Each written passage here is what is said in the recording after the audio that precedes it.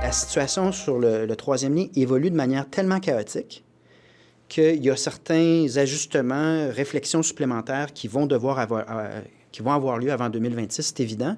Puis pour l'instant, c'est que j'ai aucune idée de ce qui se passe à la Caisse de dépôt. Je ne comprends pas non plus pourquoi Bernard Drinville peut nous dire qu'il va y avoir un troisième lien alors que ce n'est pas dans le mandat de la Caisse. C'est un tel fouillis que oui, on va se donner un espace d'ajustement de notre proposition qui sera dévoilé dans le cadre de l'élection 2026. C'est pas un hasard si on vous présente cet extrait-là ce soir. Il y a là-dedans de la politique municipale, de la politique provinciale, voire nationale, parce qu'il répondait à la prémisse si le Québec devenait un pays et Québec devenait une capitale internationale, qu'en serait-il d'un fameux troisième lien? On parle de la déclaration du maire Laulier. Il y a du transport là-dedans, donc du transport en commun, du troisième lien. Tout ça attire l'attention de nos panélistes que je salue à l'instant, Olivier Lemieux et Alex Boissonneau. Bonsoir, messieurs. Bonsoir.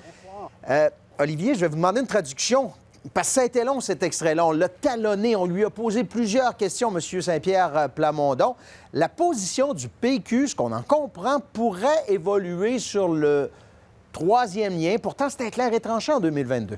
Ah, c'était clair comme de l'eau de roche, Bruno. Et là, j'ai envie de vous dire que l'eau est un petit peu plus trouble ce soir. Alors, qu'est-ce qui se passe? Vous l'avez dit hier, c'est le maire Laulier qui a surpris un peu tout le monde en disant que ceux qui voulaient faire du Québec un pays devraient penser à doter Québec, la capitale nationale, d'infrastructures de transport dignes de ce nom. Et là, il pensait évidemment au troisième lien autoroutier. Donc, le chef du Parti québécois qui veut faire du Québec un pays a dû répliquer un peu aujourd'hui, commenter. Et vous avez entendu Paul Saint-Pierre Plamondon, c'est un court extrait, mais on a compris aujourd'hui qu'il conservait son biais pour le transport collectif. D'ailleurs, la position du PQ demeure. Le parti appuie un troisième lien entièrement dédié au transport collectif. Sauf que, vous avez entendu aussi la fin un petit peu de l'extrait, il ouvre la porte à une révision. Alors, qu'est-ce que ça veut dire? Il n'est pas en train de dire en autant de mots, M. Plamondon, qu'il pourrait ajouter un volet routier à un projet de troisième lien appuyé par le PQ, mais il ne ferme pas la porte hermétiquement non plus. Et j'ai hâte d'entendre Alex là-dessus, mais moi, je terminerai en vous disant que ce que je décode, c'est que le Parti québécois est conscient de sa place dans les sondages à Québec. Il était dernier en 2022, Paul Saint-Pierre Plamondon, dans les intentions de vote. Le Parti québécois est premier présentement à Québec. Les élections sont encore loin, mais il est probablement sage pour les péquistes de ne pas se camper trop dans une position ferme en matière de mobilité à Québec. Alex, pas ouvrir la porte nécessairement, mais pas la fermer à double tour non plus. Bien, c'est ça. Puis c'est ce qu'on voit là, dans la déclaration de Paul Saint-Pierre Plamondon, c'est qu'il y a quelque chose de déchirant. Là. Il y a un test politique qui est en train de se jouer. Gilles Laulier, c'est un fin renard politique, parce qu'il sait que pour avoir le troisième lien, il faut qu'il garde le sujet dans l'actualité, puis il sait qu'il faut que tous les partis se prononcent là-dessus, surtout le parti qui aspire à remplacer le gouvernement qui est en place. Il y a 7 circonscriptions dans Chaudière-Appalaches. En ce moment, selon Québec 125, on en donne 3 au Parti québécois, le reste au Parti conservateur. Dans la capitale nationale, c'est 11 circonscriptions, la majorité au Parti québécois. Donc là, on est devant un véritable déchirement pour le parti parce que dans l'exercice de la politique, pour pouvoir prendre le pouvoir, on doit choisir, puis comme dans n'importe quoi, choisir, c'est aussi renoncer. Donc, est-ce qu'on va devoir mettre un peu d'eau dans nos convictions pour aller chercher des électeurs, aller s'assurer d'avoir les appuis qu'il faut au sud, sur la rive sud? C'est un peu le tiraillement du Parti québécois, je trouve, qui s'exprime bien dans l'extrait qu'on a vu de Paul Saint-Pierre Plamondon. L'autre dossier sur lequel j'attire votre attention en particulier, Alex, c'est les déchirements sur les compétences provinciales, fédérales. Puis là, on l'a vu hier avec le désir d'Ottawa de créer un bail national pour les locataires, une charte pour les protéger. Ce sera dans son prochain budget. Ouais. Il y a certains endroits, en Colombie-Britannique, c'est bien accueilli, sauf ici au Québec. Et là, on est reparti, on a l'impression, dans une autre valse des querelles sur les compétences fédérales provinciales. Je suis convaincu qu'on savait qu'on réagirait comme ça à Québec du côté du gouvernement fédéral parce que le logement, avec la santé et l'éducation, s'est associé à ces compétences traditionnelles du Québec. C'était impossible pour le gouvernement de la Coalition Avenir Québec, qui est un gouvernement nationaliste et autonomiste, de ne pas réagir promptement à ce genre de situation. C'est ce qu'on a vu avec le ministre Roberge, qui a dit que c'était inacceptable pour le gouvernement du Québec. Mais ce qu'on comprend aussi, c'est un peu comme on l'avait discuté, Bruno, il y a quelques semaines, le gouvernement fédéral est de moins en moins réticent à agir dans des dossiers qui concernent le Québec lorsqu'il sent qu'il y a une urgence sur le terrain puis qu'il peut avoir des appuis chez les électeurs. Et c'est le cas pour le logement, alors que le taux d'inoccupation d'occupation est en deçà de 1 %. Donc, on sent qu'on peut intervenir. Puis j'ai l'impression aussi à Ottawa qu'on sent que la CAQ est dans une position de faiblesse. La CAQ elle-même est divisée. Il y a beaucoup d'autonomistes et de nationalistes qui sont allés au Parti québécois. Donc, peut-être une part de fédéralistes plus importante dans la coalition. Peut-être que ce tiraillement-là joue aussi et peut-être qu'Ottawa en profite un peu. Olivier?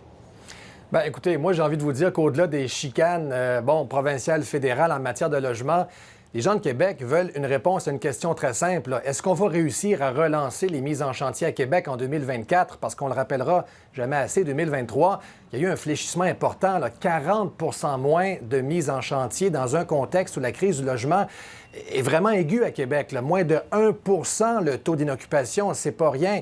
Alors, ce dossier-là est prioritaire pour le maire Marchand. Encore ce matin, il était là une pelletée de terre officielle d'un nouveau projet de logement, c'est dans Destimoville. Il y a eu des annonces récentes de logement social, quelques centaines de logements, 300 ou à peu près annoncés en partenariat avec les gouvernements fédéral, provincial. Alors, le maire Marchand fait des petits gains, mais on va le juger au résultat et on s'entend que pour l'année 2024, ça va se jouer au printemps, l'été prochain, en plein cœur de la saison de construction. Il va falloir des logements à Québec parce que le problème d'accès à la propriété, au logement aussi, il est bien réel. Puis les gens qui veulent avoir un toit sur leur tête n'iront pas nécessairement parler de chicane provinciale, fédérale. Alex, je veux revenir sur ce que vous disiez tout à l'heure, que Ottawa sent peut-être une part de faiblesse de Québec dans ces fameuses querelles fédérales-provinciales. Est-ce que en immigration, Ottawa, le gros bout du bâton, la réplique de Marc Miller à Christine Fréchette, c'est pas mal ça que ça dit, là? Et comme vous dites, parce que la réponse est assez claire, là.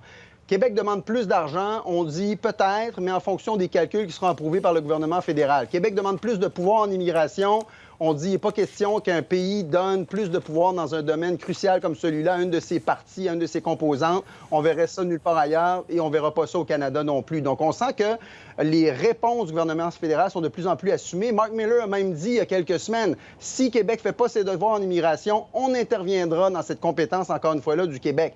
Puis il y a peut-être un élément de réponse dans le fait que l'immigration temporaire, qui est un peu la problématique ou le défi actuel, c'était assez marginal quand Ottawa et Québec se sont entendus pour cet accord en matière d'immigration dans les années 90. On parlait surtout d'immigration permanente. Là, le problème a changé. C'est le gouvernement fédéral qui s'occupe de l'immigration temporaire. Donc, encore une balle dans le camp d'Ottawa. Je vous en garde une petite dernière pour vous, Olivier. Est-ce que Québec, d'abord, est en train de paver la voie à l'arrivée de sa mamade dans la course municipale?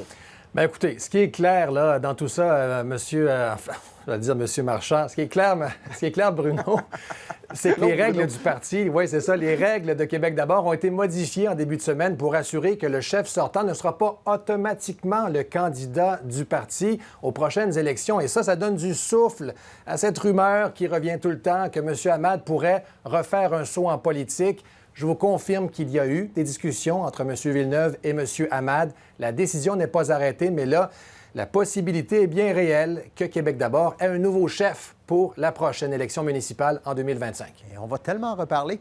Merci, messieurs. Bonne soirée. Merci, bonne soirée.